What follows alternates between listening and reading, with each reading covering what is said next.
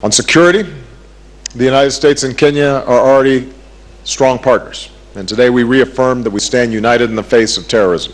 The Kenyan people have shown incredible resolve and remarkable resilience. I also want to pay tribute to the sacrifices of Kenyan forces who serve in the African Union-led mission against al-Shabaab in Somalia, and to thank Kenya for hosting so many Somali refugees who are the victims of al-Shabaab. Today we discuss deepening our security cooperation.